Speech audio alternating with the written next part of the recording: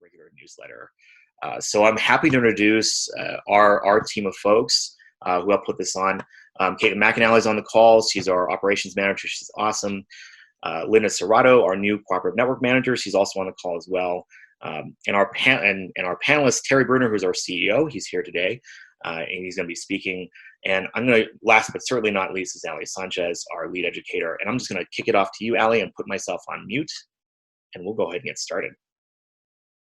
Sure. Just for a little bit of background, and I'll let Terry introduce himself. My name is Ali Sanchez, and I'm the lead educator for the Grants Collective and the primary trainer for workshops and conferences, as well as our flagship program, the Talent Academy Fellowship.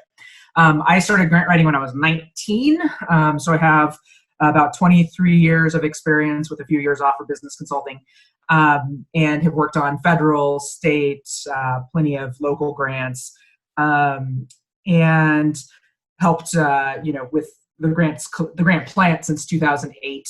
And more recently, as COVID has come to the fore, we've been helping with a lot of emergency grants, small, fast requests, the SBA loans, things like that. So I kind of get both sides of it on the working on client projects, as well as on the other side of helping people do the proposals themselves. So Terry, you want to introduce yourself real quick?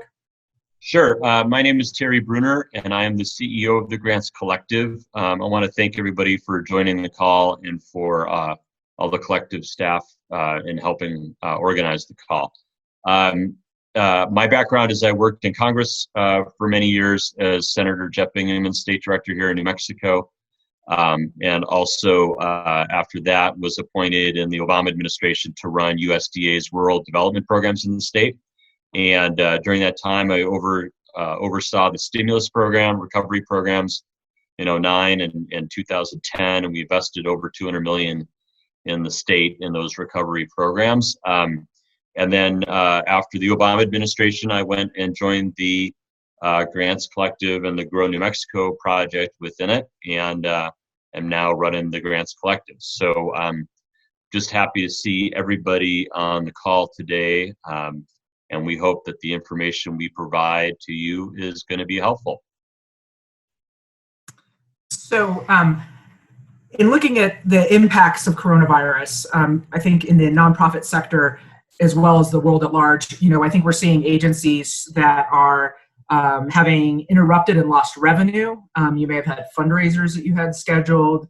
You may have service interruptions. Not being able to meet in the office, and depending on the type of work that is, that can be really disruptive if that was, say, a key point of intersecting with clients.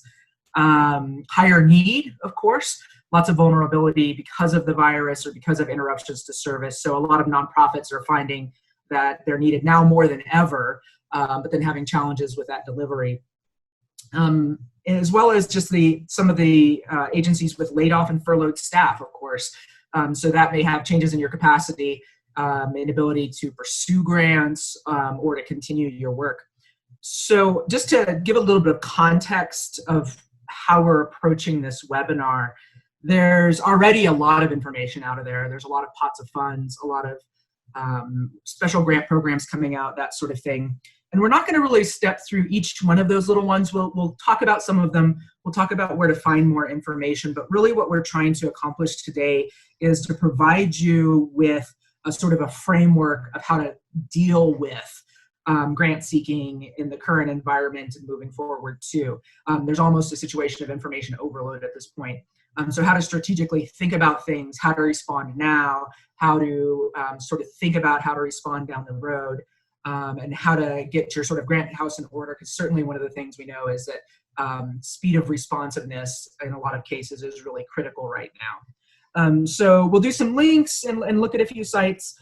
Also, I know we have a lot of people that we haven't, that aren't members, so to provide a little bit more information, we're generally looking at the context of nonprofit and government agencies, as well as the geographic setting of New Mexico. So we're not going to really so much talk about, grants or funding that might be available to individuals, glancing blows perhaps at businesses, but really our focus is on charitable and government agencies. And then also specifically looking at New Mexico, that one of our key pieces that we do at the Grants Collective is try to get money from out of state into the state. So those are the pieces you can see right here. We're going to look a little bit about what lessons we learned from 2009, what we're seeing so far in 2020, our funder relationships and cultivating those, being prepared, also some places to look for grant opportunities, and then, as Robert said, we'll have some time for questions. All right, so I'm going to start us off just from having navigated 2009 and 2010. And we at the Grant Plant typically have about 30 clients a year and all sorts of different sectors of nonprofits. The sorts of things we saw were a lot of rapid response needs, so fast turnaround. If anyone remembers from 2009, we heard the term shovel ready, I think, until all of us were tired of that term for the next decade, but it's going to make a resurgence now. So we see the timing sped up, especially when we're talking about government funding. Texture. So we also saw that more funding was coming from government and state agencies and less from the private sector, largely because the foundations had their corpus, their endowments hit pretty hard by the stock market, and government has that role of doing getting the engine started again and helping to mitigate financial impacts of things like recessions. So we saw more government funding coming through. Now, what that also does is changes the scale of things. So there's fewer of the, kind of under 10,000, under 25,000, under 50,000 grants, other than some emergency ones that came out in 2009, and more of these larger government associated ones. So sort of fewer grants, but bigger size. So in terms of what our work looked like, we actually had, I think, similar grant award rates, much higher average grant award. And we sort of grew up with our clients in applying for federal funds. We had done state before and local, county, city, but we had pretty limited federal experience. And since then, when we talk about the long-term effects, so a number of our agencies were able to access those federal funds for the first time. And now, a decade later, oftentimes they have several federal awards and are pursuing them. So they're, sort of in the end, when the dust settled, actually in better places usually, because it kind of staged them up to seek more sustainable multi-year funding. So I think those are kind of what we saw. Terry, if you have things to add on that piece and some other takeaways from 2009, especially from that inside view. Sure.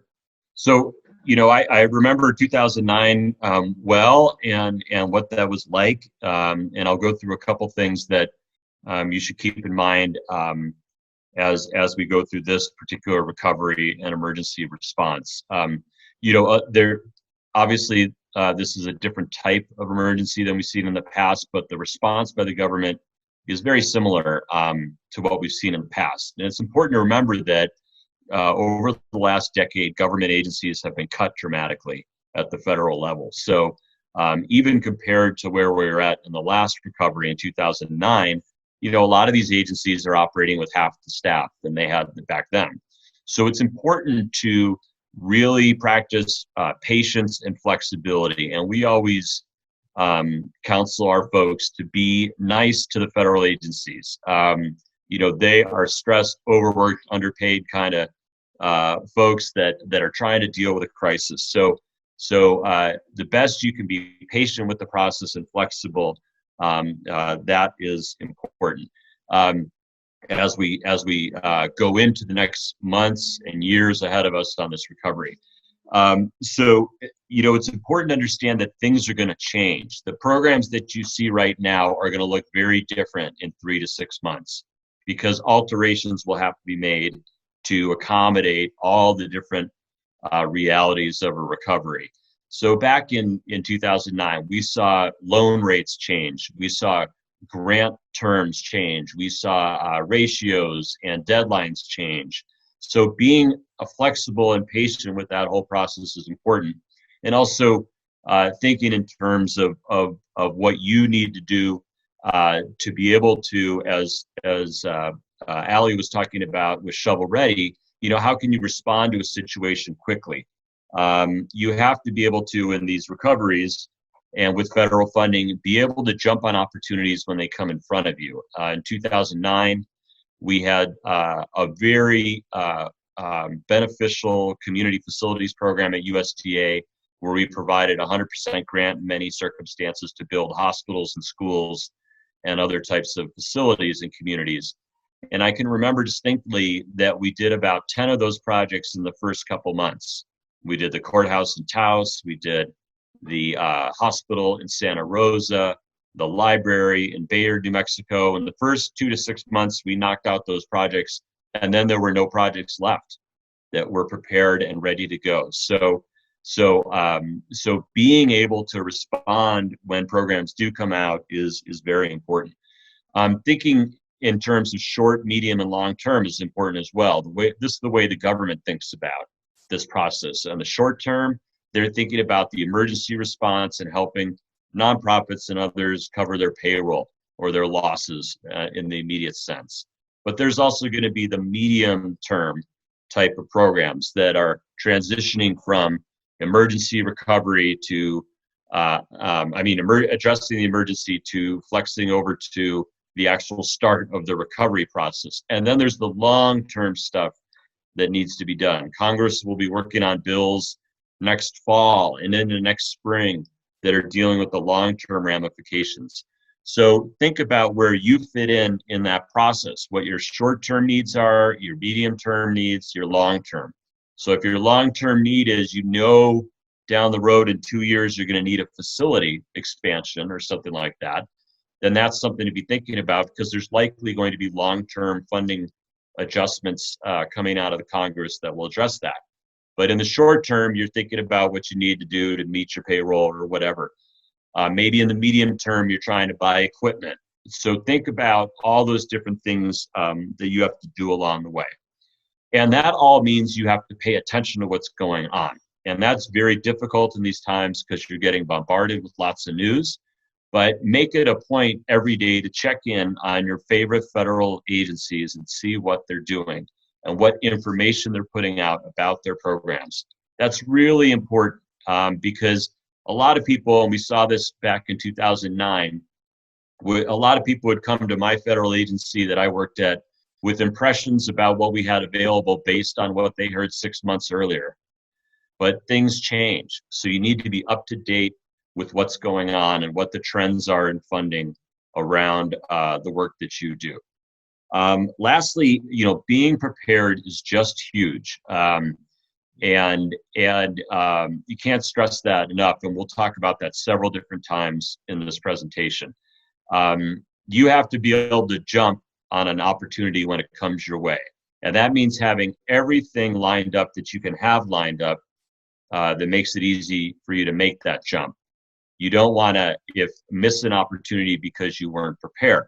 So like we talked about with shovel-ready projects, a lot of shovel-ready projects got funded at the start of the last recovery because they were ready. They had their architectural, they had their engineering, they had all their documentation. Same thing is true with this recovery. As these funds come out, you need to be able to jump on them. That was entirely evident with this Paycheck Protection Program. Those who got in the door first got the money. Those who waited had a tougher time with it. So being prepared along the way is hugely important. And then we'll talk about this a little bit later. I just want to make sure I don't miss any points, but those are the big ones there to think about based on the last recovery. Things are going to change, things are going to evolve, and you have to try to keep up along the way. Allie?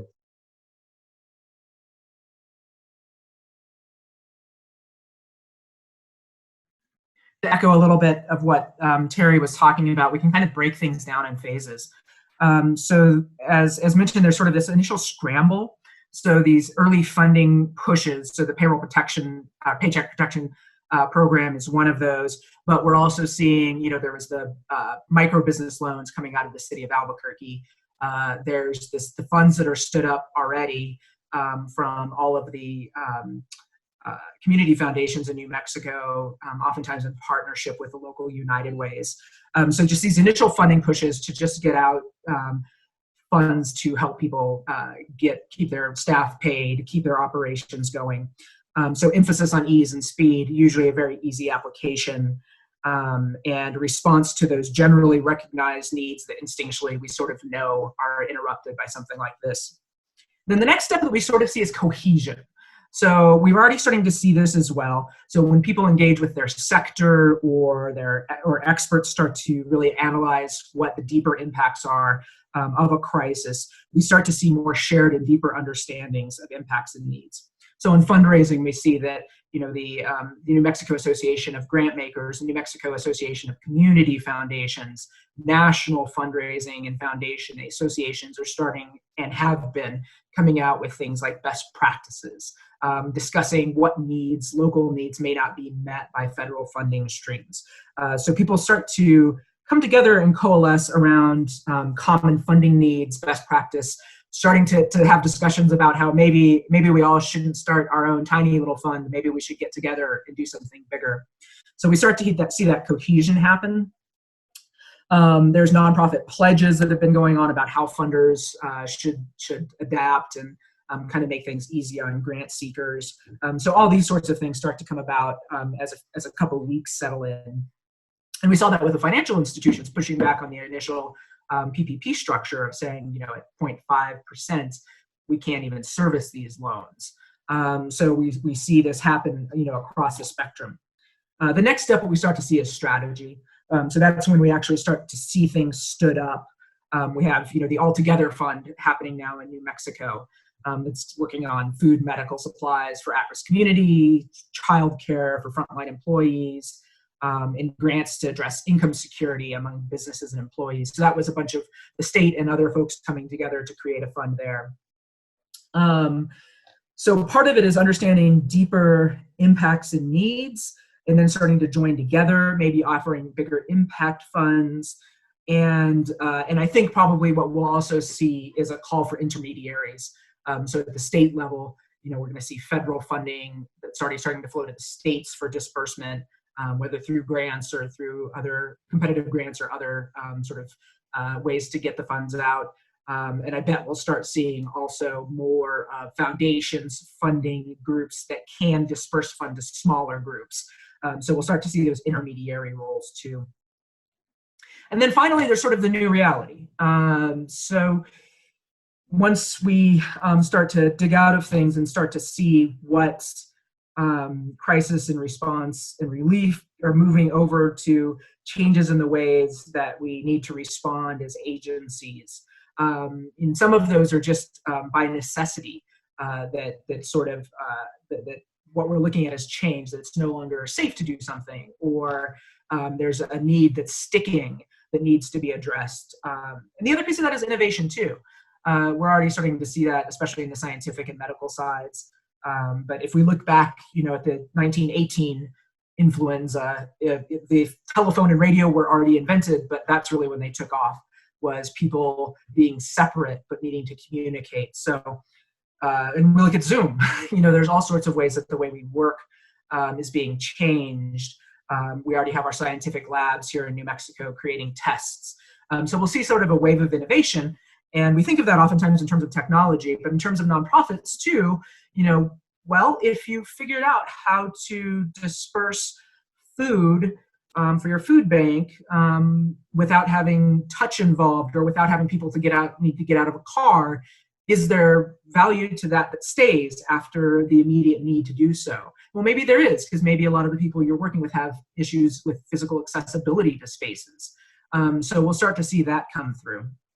And we think of the federal government oftentimes as lumbering and unable to kind of invest in innovation. But during ARRA, the American Recovery and Reinvestment Act, we saw new efforts and agencies stand up, like the Center for Medicaid and Medicare Innovation, which specifically was putting out lots and lots of money for new ways of doing things. So we'll see that come through on the federal government side, as well as just agencies that are a little more or less flexible with things. Now, of course, a lot of what we see is also that the system issues that existed before come into relief, and new ones. We always find that marginalized populations before a crisis are usually impacted more so. Lack of infrastructure that can handle volume. We saw that with the SBA loans, just the federal government getting inundated and stalled up with the EIDL loan program, for instance. There's also, we start to see these infrastructure issues of systems that aren't designed to do what they need to do now. So when you're under anti-donation clauses for a government, but you need to be funding things that are not that are charities, then how do you do that? When you're a foundation and your articles of incorporation say that, or your guidance for funding says that it only can be 501c3s, but you see a greater need. How do you handle that? So we start to see these structural things that may or may not be addressed in one area or another. We also see, just with the desire to get funding out, that those who have prior relationships are going to be sort of at the front of the line, because that's the easy way for a government to get funding out is to give more funding to its current contractors and grantees. The easy way for a foundation to help certain sectors is to extend more money to its grantees. The easy way for paycheck protection loans to go out is for bankers to work with the businesses that they already have relationships with. So that's also part of that kind of further marginalization that can happen, but also sort of what happens just from the speed of trying to respond quickly. Now, when we look at each of these stages, the scramble, cohesion, strategy, and new reality, we see both funding opportunities, different pockets of funds trying to do different things, as well as the opportunity to have a place at the table and to talk about forming those responses. Each of these involves conversations. There's conversations about how do we respond to this? What's next? How do we fund what's going to look different in social service agencies? So I would also encourage you, besides looking at each of these as opportunities in terms of meeting your needs now and in the future, also as places to plug into the system and have those conversations, whether it's with your legislatures or with the associations that are working on to address these pieces, or just the public feedback sections or talking to a program manager on the federal side. So I'm going to kick it back over to Terry to talk a little bit more about that federal context and that federal flow of funds. Thanks, Allie. And I think Allie's way of thinking about the scramble, cohesion, strategy, new reality is a good way to look at how this evolution takes place. When you think of government funds, it's important to understand that there's lots and lots of government agencies out there, and lots of them play roles that you aren't even probably aware of. So sometimes during these types of crises, and this one you have a health-related crisis, you think that all the money is going to flow through the Department of Health and Human Services. That's not always the case. But the theme that's coming out of the government at the moment is trying to fund anything that has anything to do with the COVID virus. So all the recovery and rescue efforts and stimulus that needs to take place that's a result of that particular virus. So in the immediate sense, that's what we're seeing. You are seeing an evolution to it, though, where the CARES Act was kind of an immediate addressing of the issues at hand. But now there's debates in Congress about furthering programs into the recovery.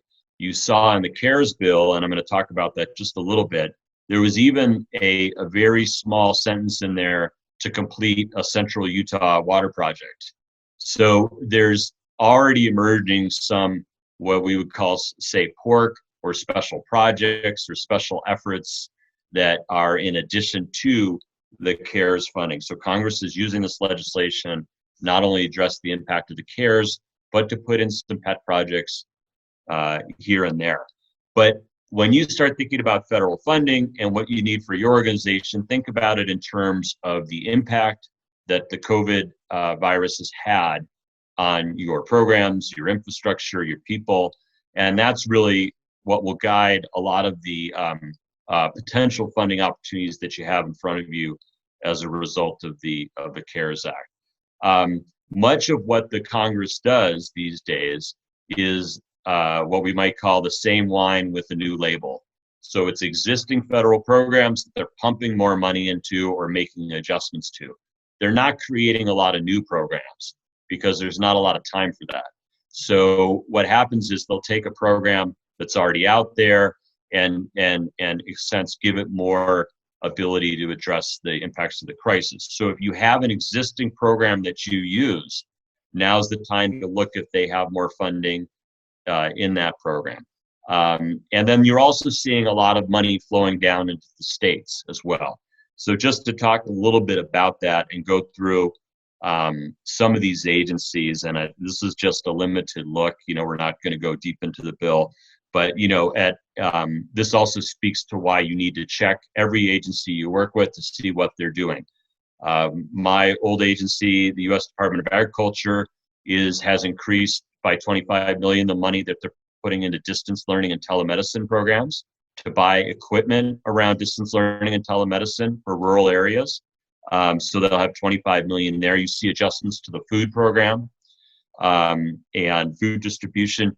USDA has adjusted its rental assistance and its housing projects and things like that. So USDA put out just a couple days ago a lengthy spreadsheet of all the adjustments to all their programs, where they have deadlines changing, they have rates changing on their loans, things like that. And it's a pretty exhaustive list coming out of USDA. On the education front, we found out this week that $22 million will come from the federal government to the state of New Mexico for discretionary money for the state of New Mexico to spend. And there's 2 or 3 other funds around COVID response and early childhood that the state of New Mexico can apply to on the education side. You have an increase in the Child Care Development Block Grant program. If any of you used that saw a massive increase in funding.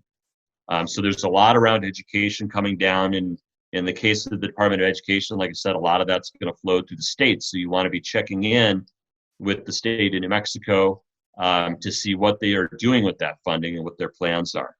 Over at the Department of Commerce, the Economic Development Administration saw a $1.5 billion increase in their Economic Development Administration impact funds.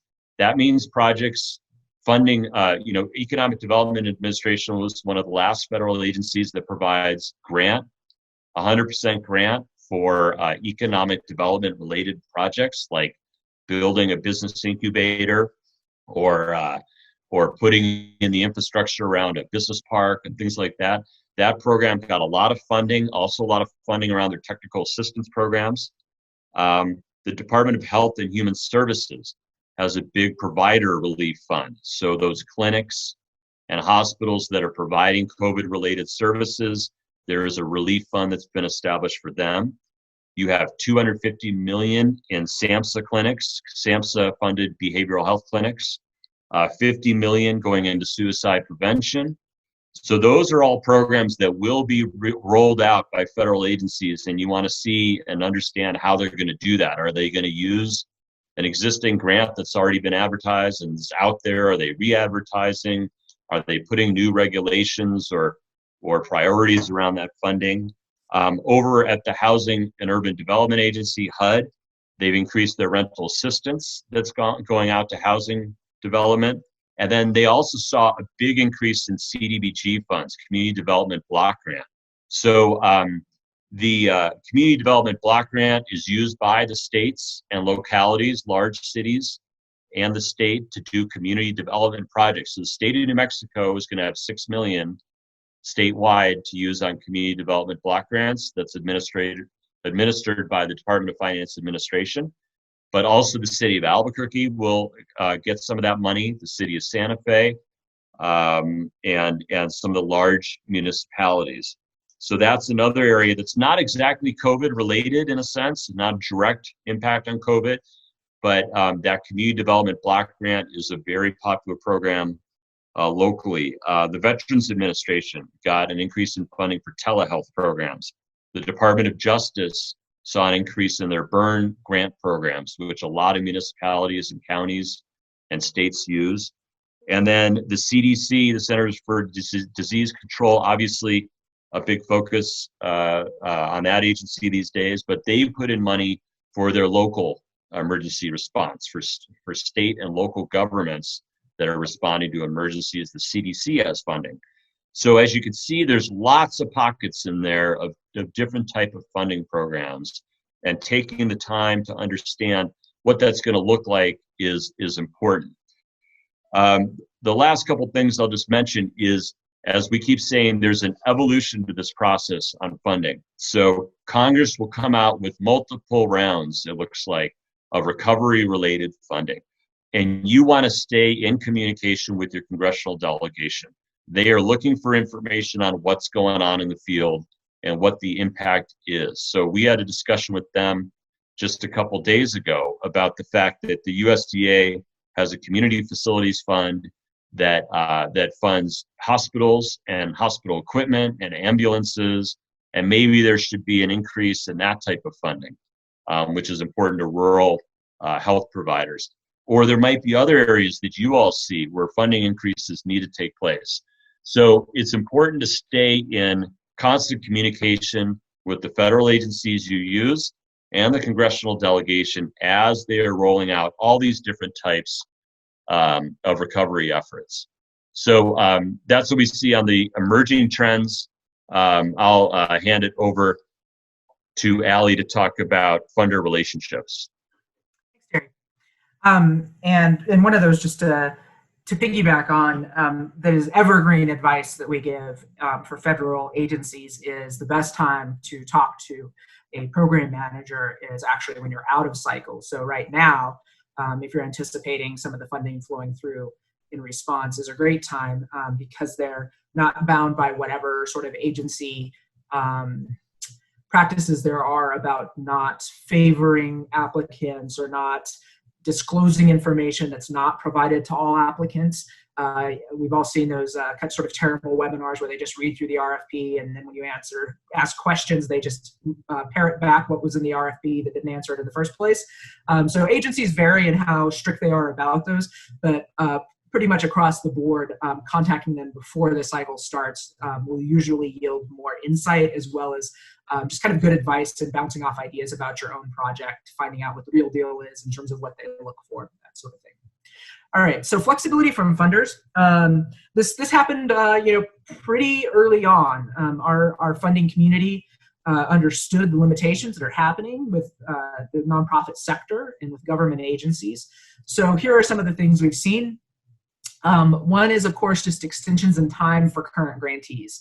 The understanding that maybe the program that you were funded for is not operating right now, so you need an extra 6 months or to be determined time. The other one we're seeing is use of the extension ability to provide more funding. So maybe you're coming to the end of a grant, and instead of having you apply freshly for an entire new pot of funds, just tacking on an extra 50,000 or 75,000 or whatever it happens to be to help weather the next few months. Another common one is the conversion of program grant funding to operational or general funding. We've seen that with several grants here in New Mexico. Also, of course, the establishment of new funds, crisis funding, emergency funding, that sort of thing. And another one that flies a little bit under the radar just because it generally isn't talked about on the funder web pages is the donor advised funds. So for places like community foundations, they have these pockets of donor advised funding that may have particular people that are interested in funding particular things. And you don't really know about it from the exterior of that foundation. It's really about those conversations. So we've seen all of these happen. We've also unfortunately seen a couple not clawbacks, but a couple of awarded funds where the funding was asked back or pulled back before the check was cut to redirect it. Unfortunately, we've seen that a couple times, but so far not a whole lot of that. We're also seeing stops and starts. So I think, an example of that is the Sandia National Labs. They kind of paused for a minute their proposed cycling and then went ahead and issued it recently. We're also seeing that there's sort of sometimes a between the lines. For instance, Wells Fargo hasn't changed how their cycles are presented online, but they're trying to get money out the door. So basically, if you're in a cycle that's not supposed to start for a few weeks, contact Debbie Randall, and she'll probably tell you to go ahead and just submit that application. So this is part of that communication and nimbleness, is that what may be on a funder's website may not be currently what the actual practice is. So we're seeing those pieces. I think one thing to keep in mind when communicating with funders is that they're hit too. Their staff is dispersed. Most likely their portfolio got a pretty big wallop, and that's where their giving comes from. So they're also trying to assess needs, but doing it for probably multiple sectors in New Mexico or nationally. So it's, I think, compassion and understanding for the position that everybody's in, including the funders, is important. But the key piece is that communication. So looking and seeing, having those conversations with your funders, especially if you need some sort of an adaptation of a current grant, as well as to find out what's coming down the pike for them. And continuing to cultivate. What you don't want to do right now is sort of entrench in place and just think about services, just think about your staff, and not be looking at that cultivating grants, not only because there's opportunity, but also the rev up, especially in the timeline that grants have, when you're oftentimes talking several months before funding comes through. If you pause those activities, then you're talking about a much steeper road to fill in those gaps once things get to whatever sort of normalization we might be seeing. Also super important is to quantify the impact. So in some cases, you'll be specifically asked about it. How much payroll or how much revenue have you lost? And how many people can you not serve now? That sort of thing. So having that top of mind to be able to communicate to funders is important, as well as being able to not only share with your funders what's going on, but also what you've been talking about in terms of how your services might change, the ideas coming forward. Funders are really listening right now to how problems might get solved, how things might be function well in a time of crisis, as well as function perhaps better on the other side of some of the current interruptions. So looking at grant readiness, so just to kind of queue up in a more tangible sense what you should be doing. So one thing is kind of getting the basics in order, and part of this is about being responsive. So creating a basic grant file if you don't have one. So we have, for our members on our platform, we have checklists for these, but making sure that you have on hand the sorts of things that are attachments, your current budget, like your last couple of years financials, your 501c3 letter, program descriptions, resumes, board lists, all those sorts of things, and making sure that those are up to date, and that you actually literally can access them. Right now, if you have a physical server at your nonprofit and you're away from that, that might be worth kind of figuring out how to access that, or going in for a very targeted file retrieval session and getting everything you think might be needed for grant seeking coming up. One of the pieces of legislation we saw, just to kind of emphasize the quick response, even before the CARES Act happened, one of the first things we saw in response from the federal government was a set of regulatory changes, one of which was it allowed agencies to compress their timeline to be quicker than 30 days for the required turnaround for a cycle being open for a federal grant. So without having to get permission to do that, they can now do turnarounds that are under 30 days. And for those of you who've done federal grants, 30 days is oftentimes a big push to be able to manage those federal packages. So now they can do it in less time. So that being prepared is a big piece. So creating that grant file, having everything more organized, and having it with more than just one person. If you get sick or have to care for somebody and out of pocket, is there somebody else who has all this stuff, who has all the passwords? Is there a second person who's registered with grants.gov? Those sorts of pieces to think through. Now, the other biggie, and Terry's talked about this a bit, I'll talk about it a little more functionally, is that monitoring piece. So what exactly are you going to be monitoring? Is it going to be specific agencies on beta.sam.gov? Is it the General Services Administration for the state? Is it funders you've had particularly, like making a spreadsheet of these are where we're going to monitor? These are the links to the pages where they're posting the RFPs or RFAs, especially for government grants. And then also internally, who's going to be doing the monitoring and when? Is it every Monday? Is it twice a week? Do you have the staff capacity? Or is it something you maybe want to say, hey, board members, actually I need you to do this and to send me a thing once a week. So how is that going to get accomplished, that monitoring piece? And you may need to, ahead of that, also just figuring out what are the opportunities we want to keep an eye on and prioritizing those. So knowing that our biggest, critical need right now is for transportation for the seniors we serve. So when we're looking at grants, that's the one that we really got to pay attention to, these X, Y, Z grant cycles that might be coming through. So that's a conversation generally with your staff of figuring out what the priorities are, and then tagging someone and figuring out how to do that monitoring piece. Now, registrations and certifications. Earlier this year, before Corona was even something people were talking about, and late last year, we were already seeing weird interruptions. Not weird. They were, disclosed and everything, but delays in getting SAM, the System for Award Management, registrations done that you usually have to have in place for a federal grant. Then, of course, your grants.gov registrations, all those sorts of pieces that get you in place to be able to do a federal grant, for instance, that oftentimes can take several weeks. So making sure your registrations are in place. If you're looking at potentially state funding sources, then getting your local business certification from the state, that's another one to put on there because it's oftentimes worth a couple priority points. And then also just compiling all those things, passwords, having more than one person who's registered with grants.gov, not just to edit a workspace, but to submit a grant too, so that you want to build in redundancies. So on the grant plant side, what we've been doing is adding a few layers, kind of having a shadow person for particular grant proposals, making sure that files are up to date in the cloud and on our laptop, that we're not just kind of letting important files exist in one or the other places. Having early conversations with any grant cycle about structures, deliverables, and budget, so that the most critical pieces are identified early. Sometimes having those on Google Docs, so people at whatever schedules they have right now can go and edit and look at those.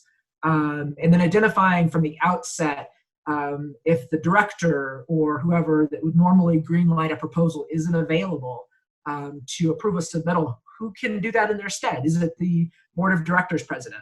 Who has that secondary authority in case there's an interruption? Hopefully you won't need that, but you want to at least think about it ahead of time.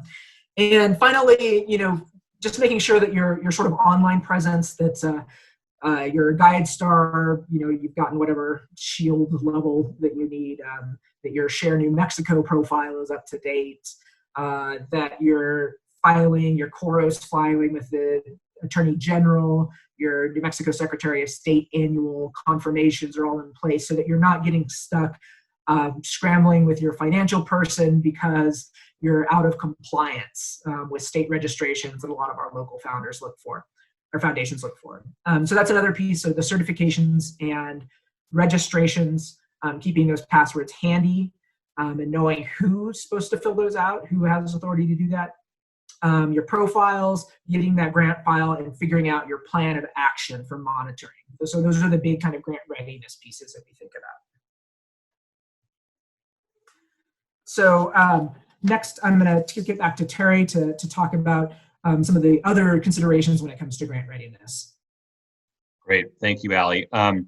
So all this is good information. We're kind of getting into the nitty-gritty on what you need to do internally to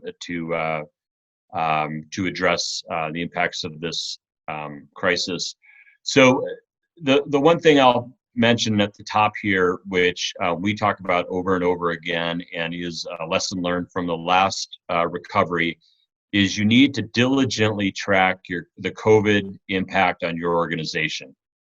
And when I talk to people about this, a lot of people nod their head and just say, "Oh yeah, of course we're doing that." But I can tell you from my experience as a federal grant manager, people do not do that. So coming to the federal government and saying, "Oh, the COVID crisis has just impacted us hugely. We're having so much trouble." That's not keeping track of the impact. What the federal government needs to know is, how many people did you lay off? What's the change in your bottom line? How much equipment did you lose? How much time was spent addressing the crisis by your staff? and what receipts do you have for tracking your purchases during that time? Those are the types of things you need to drill down and figure out. Is the federal government doesn't like to go on vague impressions of how this has affected you. They need to know data on how it's impacted you. So talk to your directors, your program managers, the people working the front desk, whoever it may be at your organization that's going to see this impact. Tell them you need to know what the impact is on them, because a program may come out, and if you and it addresses that impact, and if you are ready, you can take advantage of it. But if you have to go back in time and try to figure out what happened during the COVID virus, that's a lot harder to do. So have somebody on your staff, delegated or something like that, to track this type of stuff. That's very important. And when it becomes crucially important also when you've received that federal grant. So just as much as you've seen the Congress trying to address the impact of this crisis, there is going to be a reaction in a year, maybe, and people are going to want to know how the money got spent. And members of Congress are going to want to dive through the books and figure out where each loan went and what the loan was used for and what was the grant used for. That's exactly what happened on the last recovery. And members of Congress would pull out projects and pull out grants and say, we don't like this one because it wasn't used for what we said it was supposed to be used for. So if you have those receipts, if you have the evidence of what you did with that federal grant, it's going to hold up a lot better when you get audited or somebody comes knocking on your door asking from that federal agency how you spent that money. So putting into place those really tough, or I should say accountable practices right now is just huge, because you don't want to go back and recreate it. We spend a lot of time in the federal government going back and asking people, did you buy 3 computers or did you buy 2 computers? And can you show us those computers? And were they the models you said you were going to buy? So I know that sounds nitpicky and crazy in a time of crisis, but that happens. So you need to go and always be tracking diligently what you're doing and assess what your needs are and price them out. So if you find out that your program is going to require to be expanded because of this crisis, and you are going to have to buy 5 computers and 2 vehicles and rent warehouse space, put together the cost estimates of what that's going to look like, and then watch for a program that is going to help fund that. So, and the same is true in the immediate sense as it is down the road and in the future. So if you find out that your food service program is suddenly going to be serving long-term 200 more meals a day and you're going to need extra space, start figuring out what that's going to look like, because there will be programs that likely address that. And then, as we've said over and over again, monitor your favorite agencies and your favorite partners, your foundations, your agencies. I call into federal agencies. I made 2 calls yesterday talking to loan officers and program managers just to ask what's changed in the program. What do we need to look for? What are you hearing in the field? What's going to be different? Make those phone calls or send those emails and figure out what's going on. That will make you more ready to jump on new opportunities as they come along.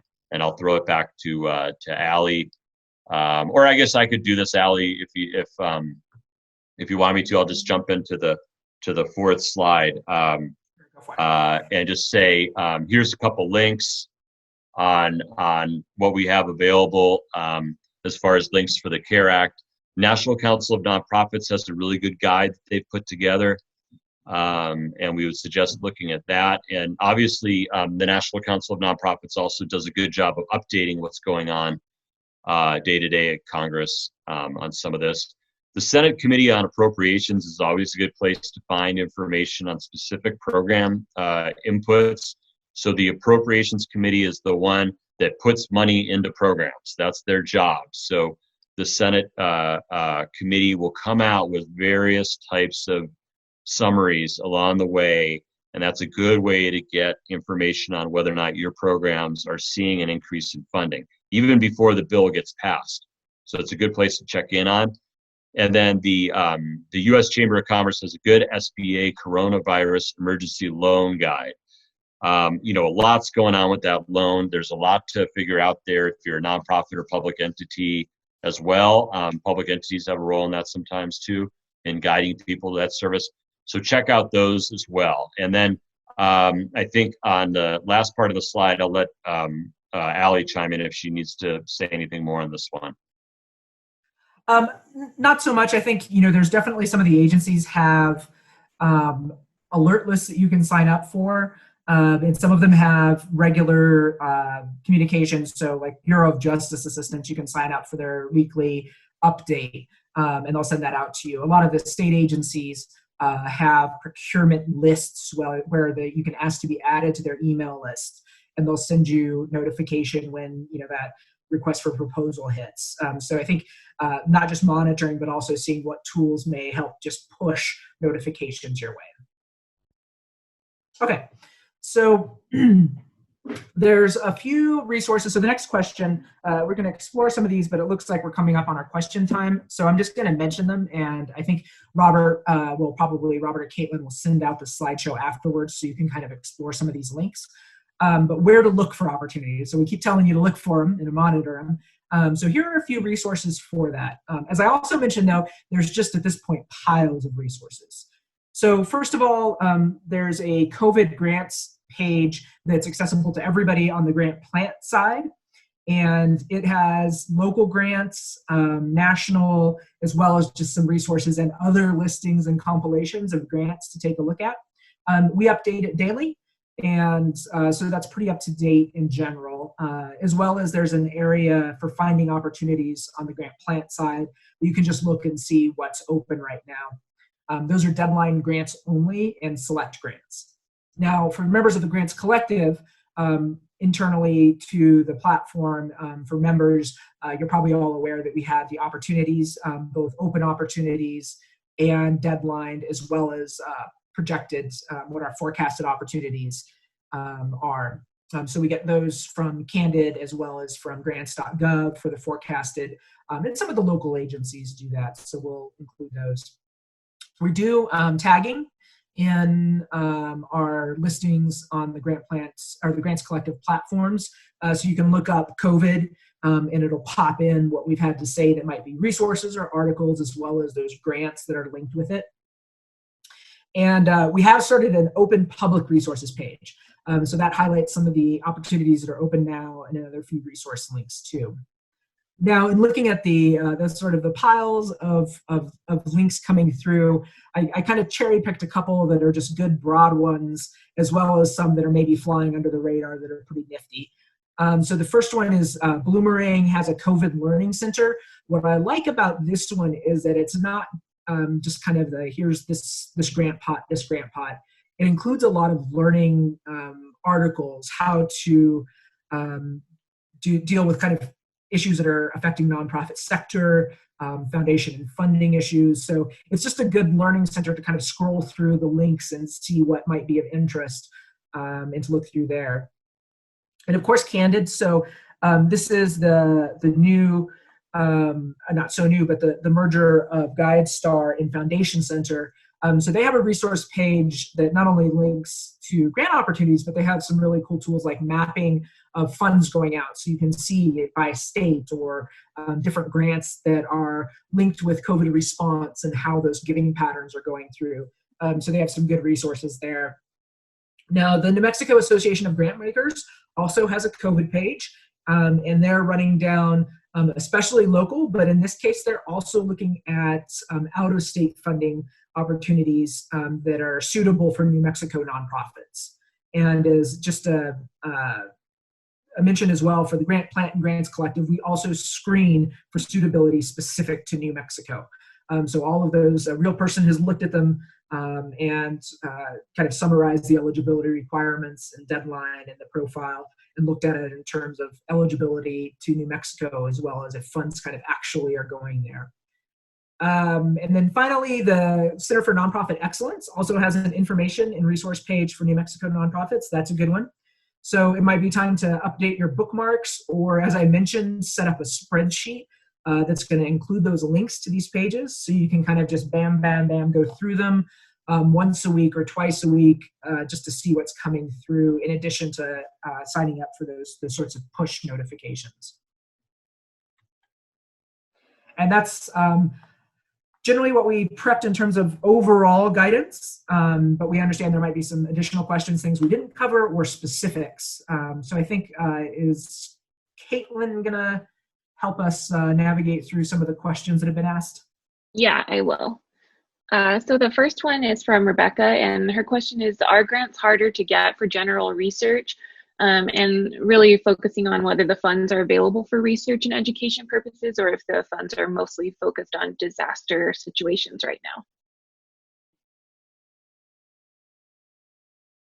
Well, they to answer that question, they are mainly focused on in that area. However, as we've been saying, it's really worthwhile to check in on those research programs that you've been looking at over the years and see if anything's changed, because you never know if the dimensions of the program have changed, they've changed deadlines, or converted a loan program into a grant program. So check that out. I think I saw the question earlier. It looked like it was some animal-related research. You never know. So it really is important to just double, triple check to see where your favorite agencies are at these days. And I would add also, if there's, even if you're not doing research that say is relevant to COVID, if there's something in terms of your protocols or how you're doing things that actually could be learned from, that's certainly something to highlight in a grant. As well as we move to stimulus sort of funding pots as opposed to relief and recovery, then depending on the types of grant programs, we'll see a broader basket of things that just sort of create jobs, create economic movement, that sort of thing. So the basket broadens as time goes on. Thank you. The next question is from Melanie, and it's, do you have recommendations for how to speak with funders who aren't being flexible because they're not grasping the severity of the situation, especially on our nonprofits?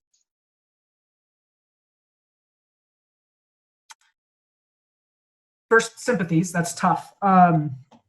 So what I would do, well, one of the things I would pull out your award letter and see exactly what it is that you are, what the obligations specifically are.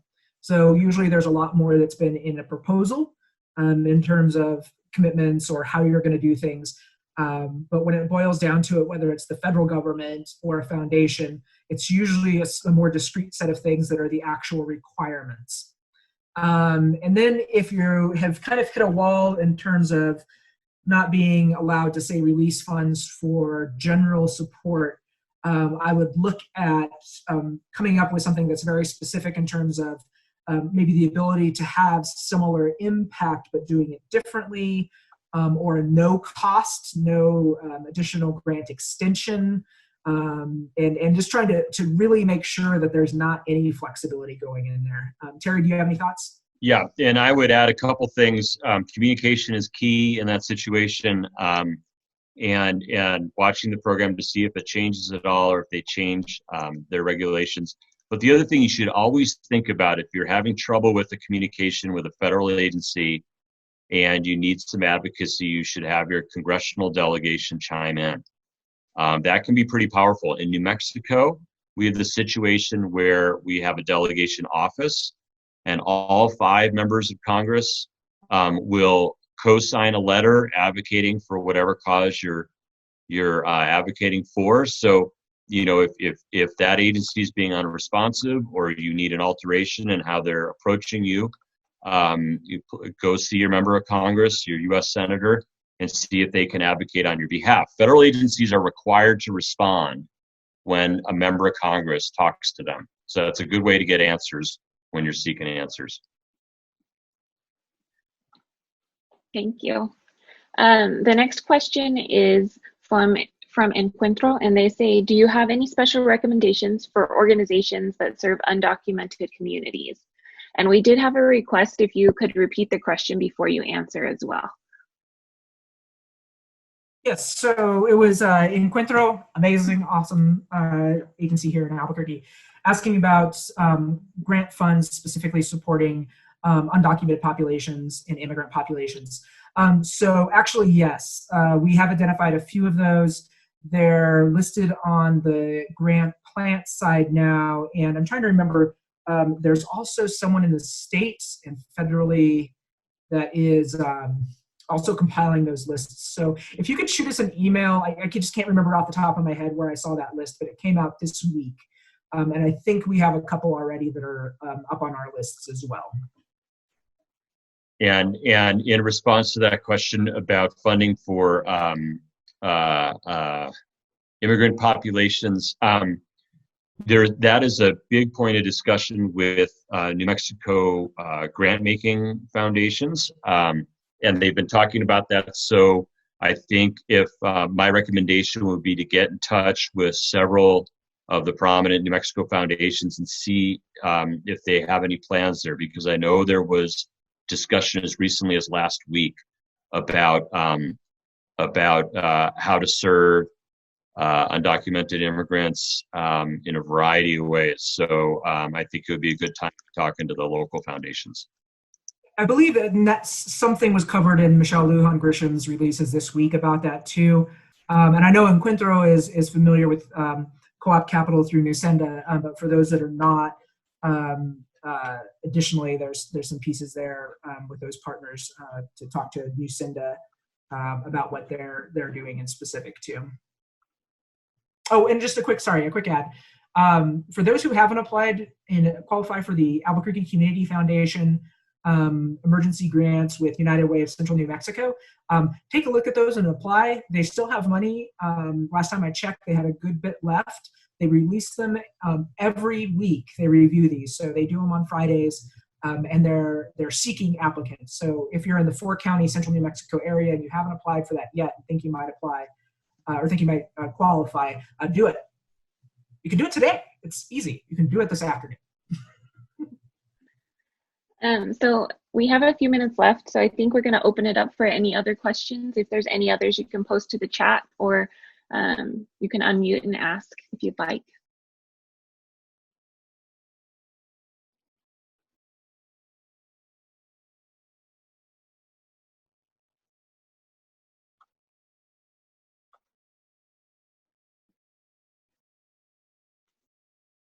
So if there's no other questions, I think I'll kick it back to Robert now, and he can close us out. Oh, we have one that just came in actually from Laurel. What is the best strategy for seeking donor-advised funds at this time? So there's kind of there's a number of places where donor-advised funds live. Now, we have an article up on the Grant Plant's WordPress site about general access of donor-advised funds. So first, I'd kind of just get familiar with the landscape. But in this case, I would talk to Albuquerque Community Foundation, New Mexico Community Foundation, places that you know hold donor-advised funds, and let them know, like, here are sort of the things we're looking for. I know this may fit in your emergency grant program, or this may fit in your regular grant program. But if you have donor-advised funds or donors that might match with these, let us know. So, I mean, a lot of that is done basically by the program manager for those community foundations. They serve as a bit of a matchmaker. So usually you're not going to be able to say, like, screen through any information about them. So locally, I would definitely be in contact with the community foundations that manage those funds. And then otherwise, take a look at our article. Any ads on that, Terry? No, not really. But I thought what I would do is go and read another question that I saw just come in, because we just have a couple minutes. Emily was asking on support for public entities, counties, municipalities. So I already mentioned CDBG. So CDBG is going to have an extra pot of money this year, above and beyond what they normally have. And that's for community development block grant projects, economic development projects, community centers, bricks and mortar, typically infrastructure type projects. So look for that. And then the Congress is currently debating, and this is what's holding up the $250 billion in additional SBA funds, is a proposal by the Democrats to create a city, county, municipality type of fund that was part of the original CARES Act, but only for communities of 500,000 or more. So this next bill, if you're interested in those local funds, it's this next bill, this next vote they're having, I think today, and maybe into Monday or over the weekend. That's the one that may have a special pot for localities. So keep an eye out for that. I think, when we look at the federal funding, and Terry touched on this a little bit, where we're seeing a lot of these chunks of money going is into the most flexible programs. So community development block grants can fund a lot. EDA, it's not just buildings. They can fund programming. The burn grants are like the most flexible ones that come out of justice. So it's these ones that tend to have stretch ability to them in the first place, and are oftentimes will fund things that you don't quite expect. So I would take a look at some of them, even if it doesn't seem like a natural fit. I think of community development block grants as doing that community center, or doing that neighborhood beautification project. There's lots more to these programs, and things that perhaps were not so fundable in prior cycles. Once you get massive pots of funding coming through, that's going to stretch more. They're still under the regulatory frameworks that they have to legally meet for Congress, but that's why some of these pots are the ones that are getting the funding influx.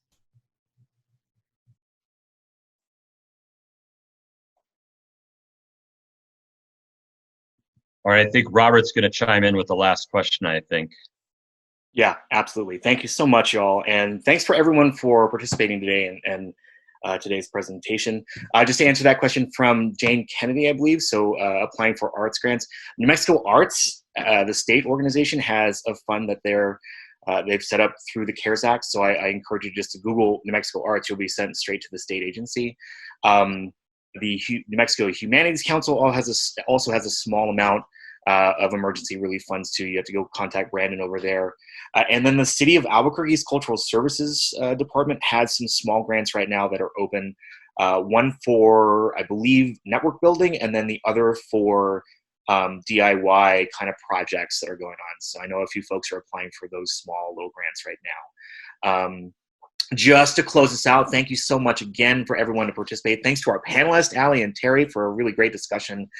Thanks to our team. Caitlin, thanks for moderating questions. I really appreciate that and lifting them up. What our next steps are from this is we're recording this video, so we'll process that and then have that up beginning of next week, hopefully, early next week, hopefully. And then we'll post the slides up on our network and our social media and through our email as well. And that's really about it. If you are interested in becoming a member of the Grants Collective, please check out our website, www.thegrantscollective.org/sign-up, and check out our annual subscription or a monthly subscription for more of these kinds of presentations and more of this kind of insider baseball around the funding world. This is some very important stuff, especially during this really critical time right now. I know it's been a very challenging time for a lot of organizations, and there's so much information out there, but if you need to know more, please reach out to us. I'm leaving the email in the chat along with our website. My email address is robert@thegrantscollective.org, and I'll leave that in the chat as well here before we end.